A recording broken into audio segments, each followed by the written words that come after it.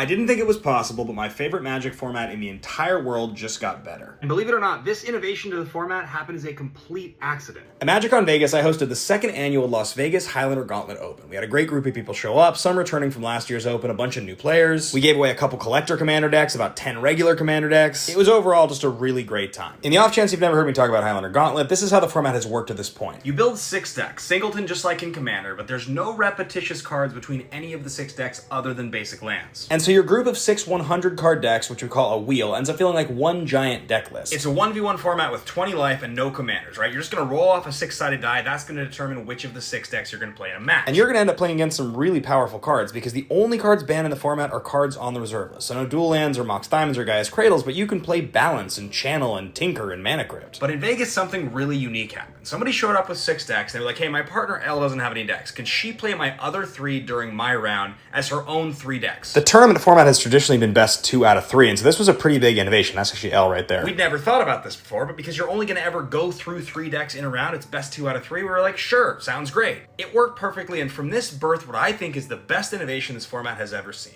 You get to build a wheel of 6 decks, not with one person, but with 2. You build your wheel as a team. You show up to a tournament as a team. You're both going to split the decks evenly for the round because you're never going to go through more than 3 decks in a tournament setting. It allows 2 people to show up playing the same wheel and even building that wheel together. The 6 decks in my wheel, which are all up on Mox Field, are like a green-white double strike sort of a thing. Black-green Elves, the land sub-team. Blue-red Prowess, Slickshot's just so good. Animate Dead is part of a Black-white Aristocrats list that has some combos in there. S-Champion's part of a 4-color Affinity aggro deck. And Oko is actually part of a blue-green Merfolk with black backup for Thoracle combo. If I had a partner with me, all 6 of those decks would have been able to be played every single round at the Vegas Open. Probably the single biggest comment that we get is that the barrier to entry in building 6 decks is really difficult for people. And so I think building a wheel with a partner where you guys build it together and then can actually play the 3 decks against one another, right? You can split it for like playtesting purposes, kind of just seems like the perfect thing to do here. And so I'm working on hosting another tournament at MagicCon Atlanta. I'm also working on doing a spell table tournament on a Sunday afternoon. One day I'm going to announce more details about that soon. If you think this sounds cool, comment below. Let me know that this sounds interesting to you. And of course, hit the links in my bio if you want to check out the Facebook group or the Discord server. There's a bunch of people in there who already play Highlander. Thanks for watching. I'm really excited to get you guys into the format. And big thanks to Elle for being the inspiration behind